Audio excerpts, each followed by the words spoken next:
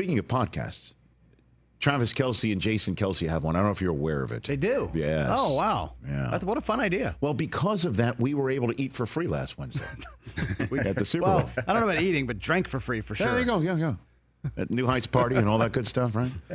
And so the post-Super Bowl edition of the New Heights pod, did they have a pod the last time the Chiefs lost a Super Bowl? I don't think so.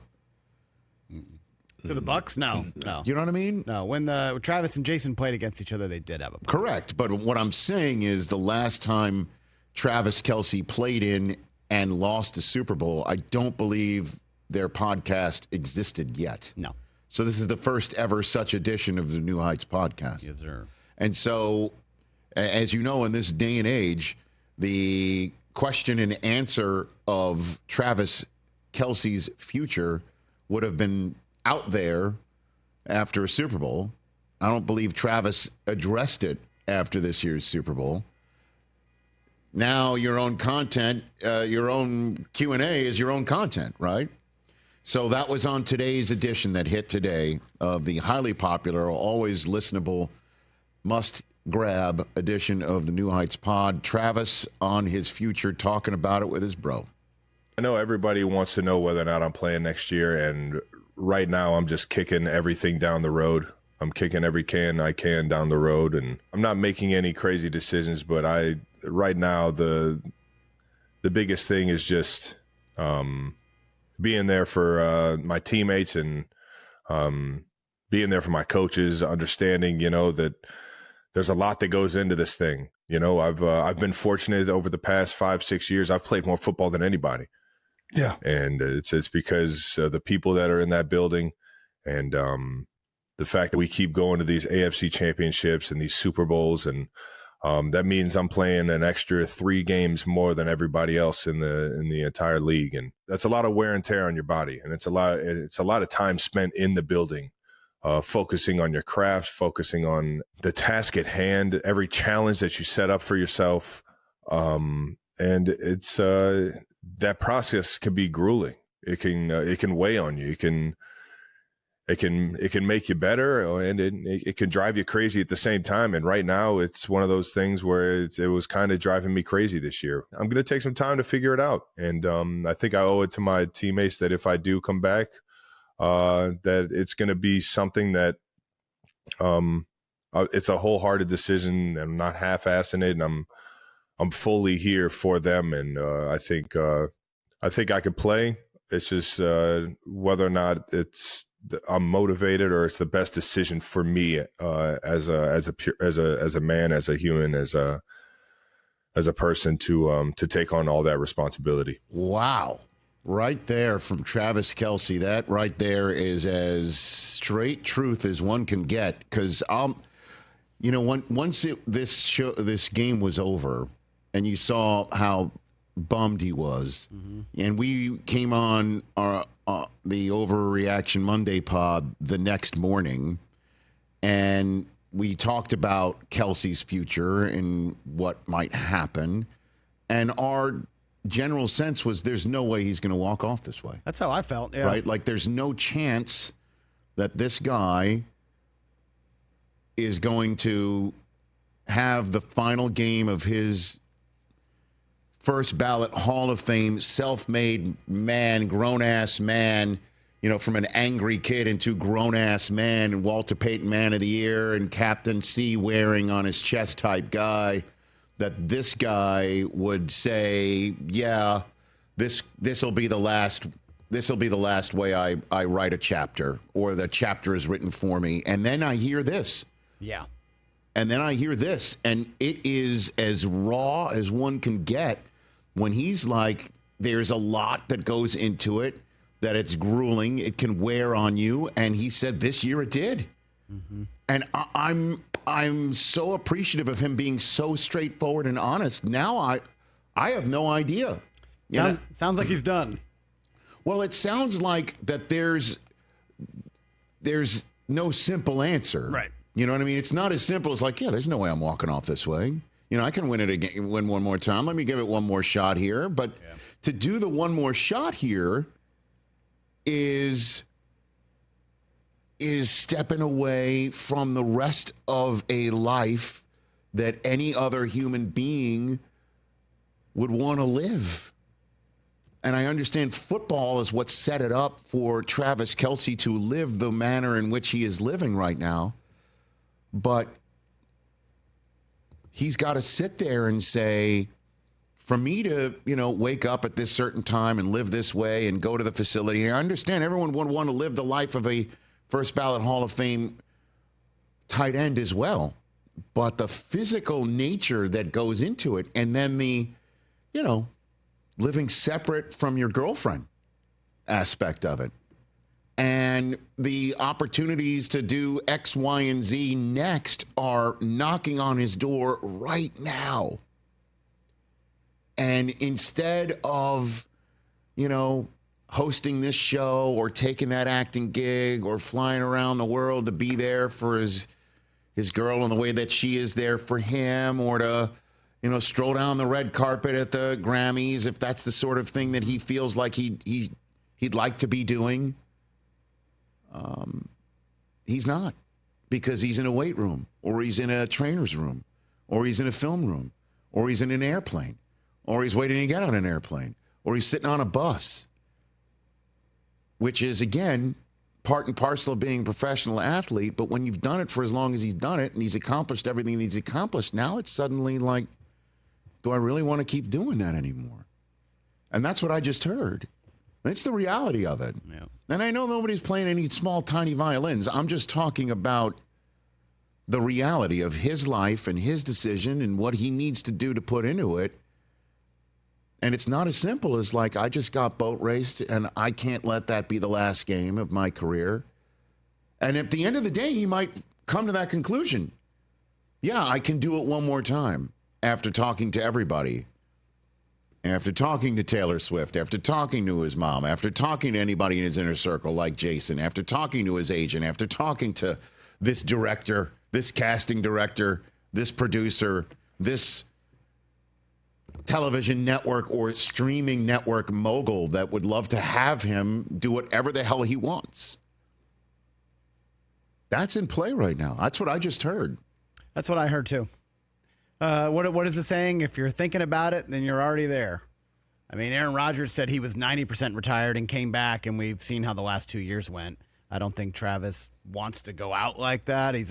Obviously he's a first ballot Hall of Famer, this, that, and one of the greatest of all time. It's time to live the rest of your life and start that second chapter. I think it's spoken of a man who's still in the hurt process, trying to figure it out. No doubt. Based upon I agree. The conversation Chris and I did have with his mom on Friday in regards to his brother, I would make the guess that he'll be back. Based upon the thought that I think his brother may, You said this yesterday. I don't think Jason Kelce has a single regret, man. And certainly even with the Eagles winning it all.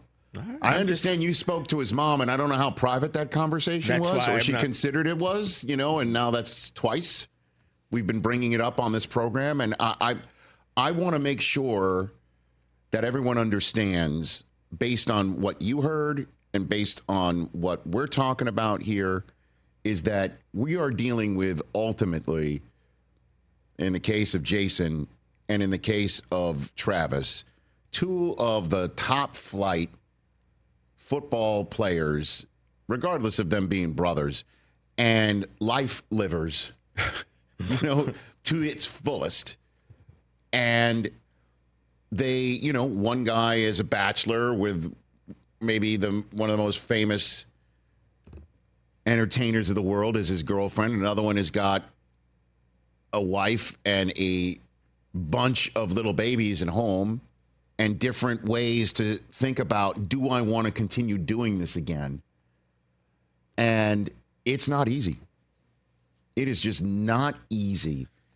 And, none of us know. We're all just speculating. Well, yes, correct. And all of us trying to figure out, again, what Kelce's next move is. I don't know how he's going to go about it, or what his inner circle is, or what. I just hope he comes back. That's my own selfish, right, way of looking at this thing. This league is better with Mahomes to Kelce. Yeah. This league is better with Travis Kelce being on the field. This league is better with the New Heights pod being a conversation now between a first ballot Hall of Fame retiree and a first ballot Hall of Fame tight end of one of the most popular, although some are fatigued by their popularity, franchises. And That's not how you know you're doing it right. right, and dynastic runs that we've been seeing. It's better with him in it. Absolutely, man. Right. It's better with him in it, and it's better with everything that he brings to it and everything that he has made himself into, because that's what he has done, obviously with the help of many that he will shout out when he does go to his home state and accept a jacket and a bust one day. But he's going through it right now. That is a fact. And I thought it would be, okay, just give him a couple days, and because he's not going to walk off like that. Maybe he will. I think it's hard for us because we see how much success they've had, right? And I've heard people go, "Oh, you lost one. What's the big deal?" Well, it obviously, despite everything you win, Tom Brady said those losses hurt more than the wins felt good. So yeah, and that's what happens with people who wind up at the end of their career, is that they realize that the lows are so much more intense than the highs. You talk to any coach that's finally said, "We're done. I'm done. My family, we're done here." As a life of a coach, it's that the losses are just so dark and deep, and the abyss is so endless when you lose, and then when you win, the high of it lasts so fast because you're back into making sure you don't go into that abyss. And that, based on my experience of being around this game for over 2 decades and having seen all that at some point the scales tip and somebody realizes that.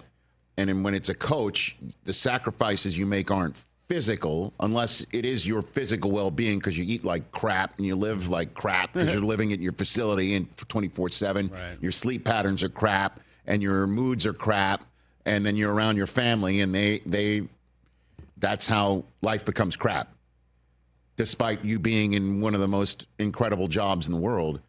I'm seeing with Kelce, maybe the scales just are tipping, but we are still in the aftermath of a tail kicking that I don't think they saw coming. I don't think he saw coming. I don't think anybody in Chiefs Kingdom saw coming, and a lot of us in this media world didn't see coming either.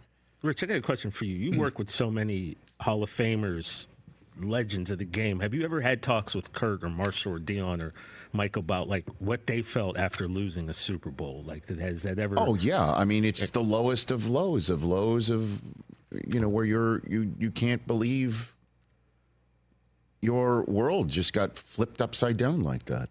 You didn't see it coming. Kurt did not see coming.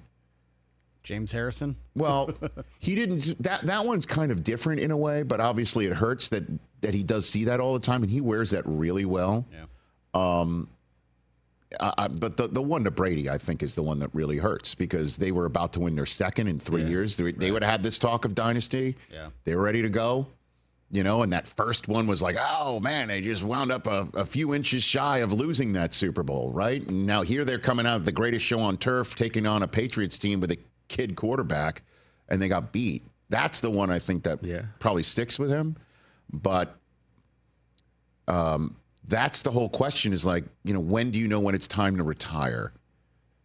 And when you do retire, you miss the locker room, you miss the guys, you miss those camaraderie moments, you miss the moments in the end zone, you miss the dancing, you miss the fighting for your right to party, you miss all of that stuff. But you don't miss the workouts and the cold tubs and the counting your calories and making sure I got to be at the facility and saying, sorry, I can't be there at this thing because I got to make sure that I'm in the this training room at a certain time, and I got to be at this meeting 5 minutes ago and I'm late, and I'll talk to you later. And